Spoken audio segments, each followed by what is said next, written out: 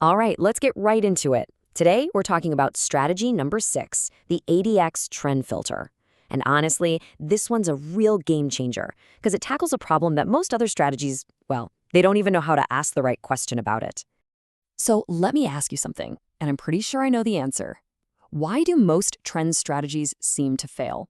You know the feeling, right? You find a system, it works like a charm for a few weeks, and then bam, it just starts handing back every single dollar you made. So what is going on there? Well, the answer is brutally simple, really. They get absolutely torn to shreds in choppy, sideways markets. And that's what we're tackling today. We're going to cover the one tool designed specifically to fix that, to act like a bouncer at the door of your trading plan. So that brings us right to what I call the trend trader's dilemma. It's this constant battle, isn't it? How do you catch those huge, profitable moves, but avoid getting chewed up and spit out when the market just decides to go absolutely nowhere? Think about it. Pretty much every strategy we've talked about has this one fatal flaw. The golden cross? It'll whipsaw you to death. The Donchian breakout? Hello, false breakouts. The parabolic SAR just flips and flips and flips, bleeding you dry with 1,000 tiny cats. And the EMA ribbon? It just turns into a tangled mess you can't even read. Bottom line, they all lose money when there's no real trend. Okay, so how do we fix this mess? We bring in a gatekeeper. We need a tool that tells us not which way the market is going, but if we should even be trading in the first place. And that, my friends, is the job of the average directional index, or as we call it, the ADX. Okay, now this is the key. If you take away only one thing today, let it be this. The ADX is brilliant because it separates trend strength from trend direction. Let me say that again. It doesn't care if the price is going up or down. All it cares about is if there's a real powerful move happening or if it's all just noise. So let's put a proper name to this thing. The ADX, or Average Directional Index, was cooked up by a true legend in the technical analysis world, J. Wells Wilder Jr. And all it is, really, is a simple gauge that goes from 0 to 100. It measures the strength of a trend. High number, strong trend. Low number, weak or no trend. Simple as that. All right, now let's talk numbers, because this is where the magic happens. And this first level, it's probably the most important rule you'll ever learn in trend trading.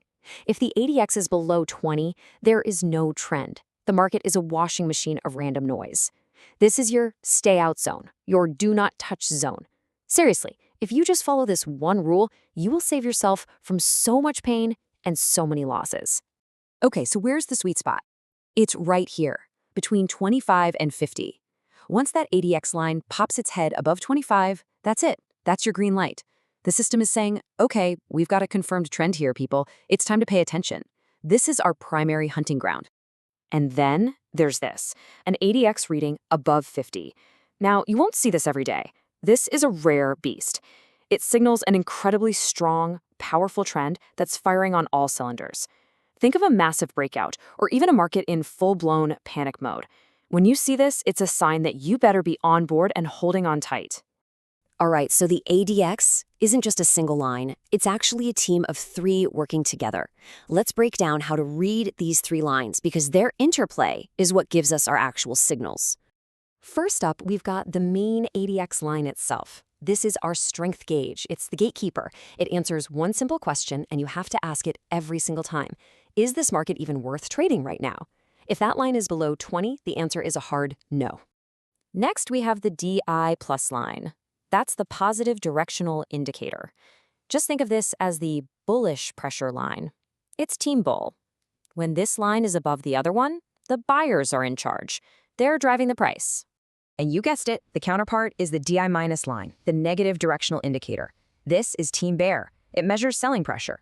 So when this line moves above the DI plus, it means the sellers have wrestled control away from the buyers. So this is how it all comes together to give us a clear signal.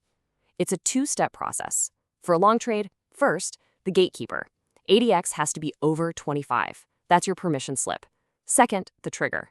The DI plus has to cross above the DI minus. And for a short, same logic. ADX over 25 for permission, but this time, the DI minus crosses above the DI plus. It's that simple. Okay, let's turn this into a full-blown strategy. We need clear mechanical rules for when to get in, when to get out, and you know it, when to do absolutely nothing. All right, let's get mechanical. Here are the long entry rules step by step. Step 1. Is the ADX above 25? Yes? Good, we can proceed. Step 2. Has the DI plus crossed above the DI minus? Check. Step 3, and this is just a good sanity check. Is the price above the 50-period moving average? If you get 3 yeses, you've got a trade. Enter on the next candle. I'm going to say it again because it's that important. This right here, this is the system's superpower, the do-nothing rule. When ADX is below 20, you don't trade, period. You close the charts, you go for a walk, you do anything but place a trend trade. Mastering the discipline to sit on your hands is, I guarantee you, what separates the pros from the amateurs. Getting out is just as important as getting in, and we've got a few clear triggers. You just act on whichever one flashes first. Your main exit is when the ADX falls back below 20. Why? Because the trend is dead, and so is your reason for being in the trade. Another exit is if the DI lines cross back against you, and of course you can always use a simple reward to risk target, say 3-to-1. So we've got the rules, we understand the mechanics, but the big question is, does it actually work? Let's look at the numbers and the bigger picture, because this is where we see the ADX isn't just a strategy, it's an upgrade for all trend strategies. Okay, check out these numbers from a 25-year backtest. 60% win rate, that's really solid. A 2.2-to-1 reward to risk ratio, love to see it. But the number that really jumps out at me is the Sharpe ratio, 1.02. Now, for you quant folks, you know that anything over 1 is the holy grail. It means you're getting excellent returns for the amount of risk you're taking. And why is it so good?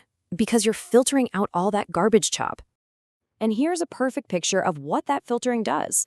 On the left, you've got the Parabolic SAR, which we talked about before, no filter, just raw signals.